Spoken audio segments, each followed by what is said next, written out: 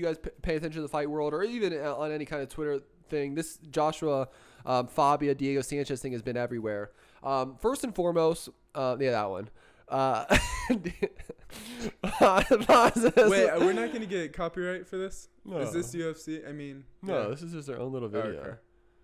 This is the is this the full length version? What is this? The Karate Kid? But anyway, so Diego Sanchez with the flowers. Oh, they're trolling him. Yeah, this is incredible. Is this real? This is a troll. Oh, get the real one. No, this is a real training video, but it's like his a feet meme. aren't attached to the top. Okay, so let me just give a backdrop. First and foremost, Diego Sanchez is a legend. Okay, Right. I haven't seen the full That's a clip. good way I've to only start. seen the 18-minute clip. Yeah, no, Diego Sanchez is a legend. He won the first Ultimate Fighter. One point real quick. Why is the coach shirtless too? No, this is the whole thing, bro. Let's get into this. Okay. So I got a lot on this one. Diego Sanchez. This video is a lot. Diego Sanchez is a legend. Okay, he won the first Ultimate Fighter. People remember the first Ultimate Fighter from the Forrest Griffin, Stephen Bonner war. Right. But they were the big guys. But they always have two weight classes. Diego Sanchez was on that one and won that one. It's a smaller weight. Yeah, he's the legend. Yeah. Diego Sanchez won that one, the first Ultimate Fighter. I even remember when Diego Sanchez was like 18-0, 19-0, fighting Nick Diaz. I remember that fight a lot. I think I was rooting for Nick Diaz, but Diego Sanchez won that fight. He started his career up to like 20-0 before he ended up getting beat. Really? Yeah. Damn. And then he got that big championship fight with BJ Penn, and BJ Penn beat the shit out of him. But yeah, he fought for the title. And Diego Sanchez is a Look at legend. him, slapping him up. So we're going to have this video on in the background. It's very strange. So just some little context. So Diego Sanchez has been in the UFC for like 15 years. He trained under the Greg Jackson, Greg Jackson, Mike Winkeljohn in Albuquerque. That's where, John Jones trains at. That's where Donald Cerrone used to train at. Rashad Evans, all these guys used to train there. And Diego Sanchez ended up having a little beef a couple years ago.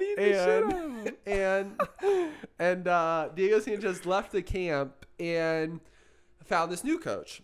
So this new coach, Joshua Fabia, who you see here. You find him on Craigslist? He's head kicking Diego Sanchez upside down. He's hanging from his feet, and his coach, first off, is shirtless and kicking him in the head.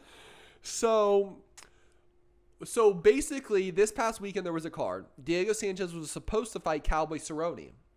Cerrone was like minus 600. Cerrone was plus 400, but it was going to be a fun dogfight. And the way Cerrone just got knocked out by this young guy who was a late minute replacement, probably would have been a better fight than the minus 600 was showing.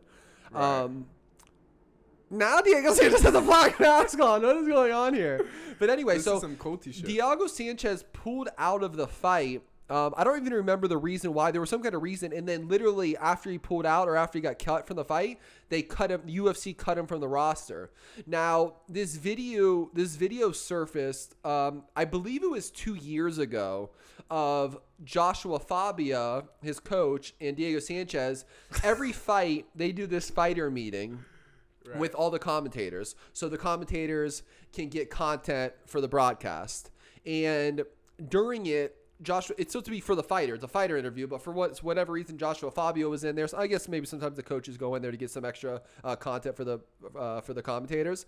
And it turns into like Joshua Fabia saying you guys were disrespecting Diego Sanchez on the broadcast. Cormier was kind of saying he was getting beat up and he wasn't. And it was kind of like a random thing like to address in this fighters meeting. Right. And Joshua Fabia, someone was with him. They were recording it. So people were looking at it like they went out of their way to record this as if they knew they were going to get into like some kind of confrontation with all the commentators. So they went out of their way to post this thing.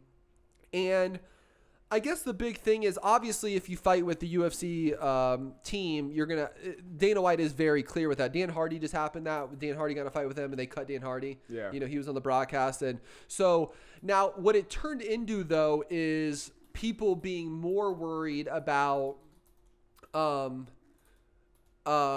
people being more worried about Diego Sanchez being led by this Joshua Fabia guy. No, go to that one I sent you. No, this one, a master of self-awareness. No, this fourth one down. Fabia Mean Machine. Fourth one down, 2 down, right there, that one. Let this one play. So I watched this whole video. We're gonna have it on. We're not gonna listen to it right now, but I watched this whole video, and so basically, Diego is this kind of guy that. Daniel Cormier said this on the Ariel Helwani podcast. They're like, he's a guy that is looking to be led. He's a follower basically.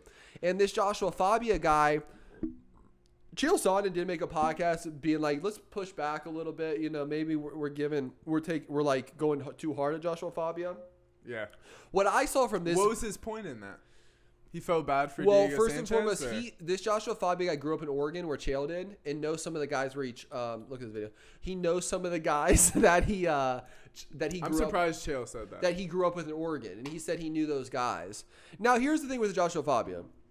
Yeah. I think he's this, like, he has this, again, if you're a follower, he has this, I've watched his videos, he has this good, like, he speaks with confidence, with focus, and, you know, I can see why someone could want to, you know, listen to him and lead. He looks like one of these, like, self-improvement guys. He's like, you know, like this right here, School of Self. He's done all these like self-awareness stuff, and you know, and you see a lot of these. I've watched a bunch of these documentaries lately where there's a bunch of these like We Work was one where this like they act like he was a cult leader, but there was this other one, this like Becoming Your Best Self, this other cult leader guy. So he seems like one of these guys, and a lot of those guys who do get blamed as these cult leaders do have this like leader thing to them. Now maybe they end up using it to like sexualize a lot of women or control people, and so this guy does seem like he has some of these tendencies. He might be a psycho. He might be a psychopath. I mean, he might have a mental something. So he's the other video that popped up too, besides the one we were just showing of him having Diego Sanchez upside down, head kicking him. I would like to know the benefits. I'm sure they're like, well, if you let the blood rush and you can take him upside down, it's easier to take him standing on your feet. But yeah, and blindfolded like Zorro. And then he did this thing. They were in the cage, and Joshua Fabia is running around with a knife. Running at everyone, and Diego's like, no, if you can dodge somebody with a knife, you can definitely dodge the punch. I'm like, all right, bro. And then that guy just collapses because of the death touch. It's in that same video. Well, that was the thing Cowboy said too. He's like, yeah, we heard about Joshua Fabia had this death touch. They were in this bar with one of my boys, and he acted like this death touch. And Cerrone said his boy beat the shit out of Joshua Fabia up and down the bar. Here's him calling out Matt Serra. This was another video. He recorded him going up to Matt Serra at some little restaurant. Like it was just like, what was the point? Like what, you know, like what are we doing here? Obviously, to me, it looks like you're taking a video to like just get some notoriety of you calling out Matt Serra. But it's like, first off, why are you recording? And second off, he's just like talking about some random shit. He's just like an egomaniac. To me, it looks like he's trying to get some notarization. Especially that's why he's recording it. Now, Diego and Fabio say they were recording it just to have their own back. And then the other thing that came up was Diego Sanchez just went on this interview with. I don't know the host name, but Anthony Smith was on it too. Mm-hmm. And Diego Sanchez feels that his life's at risk, that the UFC might kill him because he's dropping too much knowledge. So, shit's a little wacky. First off, that Cowboy Cerrone press conference interview was hilarious. I didn't even tell the best part about that one. Yeah.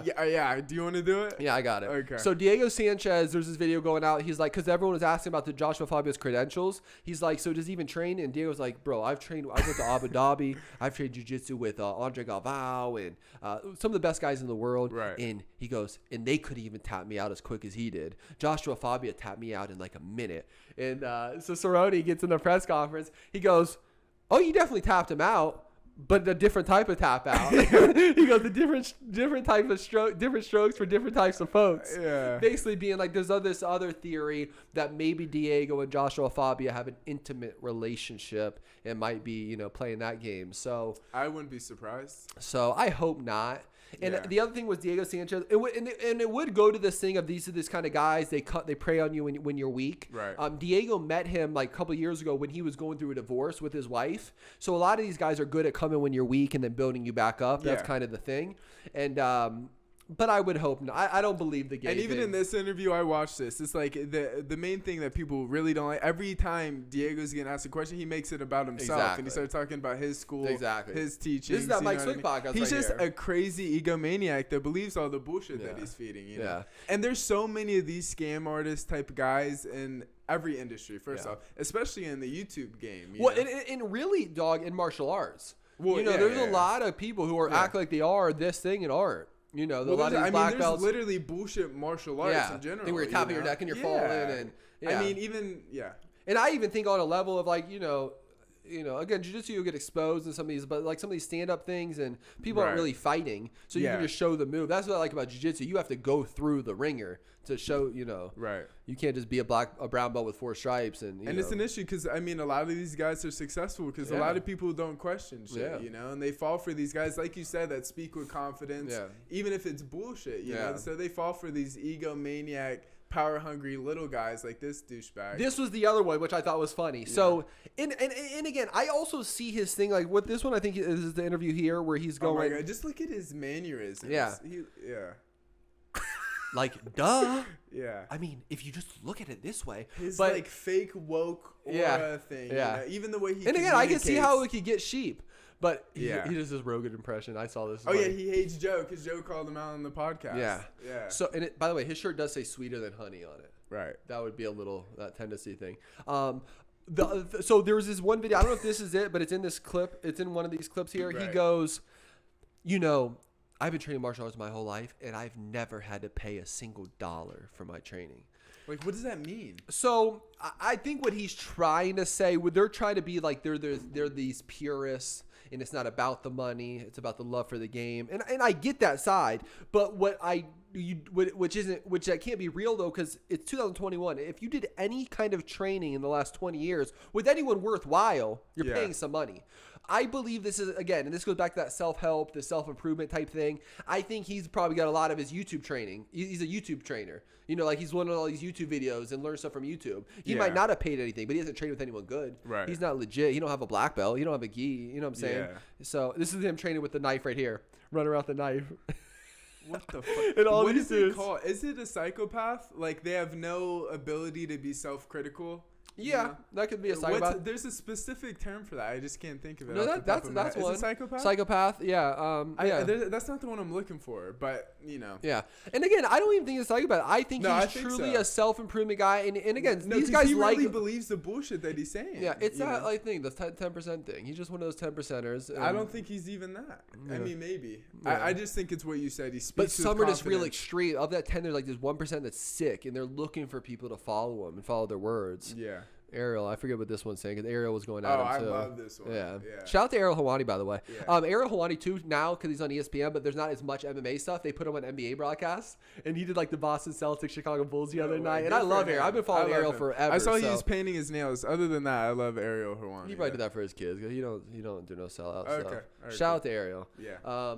But anyway, that's all I had on the Joshua Fabia. I guess the funny thing, well, and I guess to bring this full circle, we did start off with him kicking him upside down. Yeah.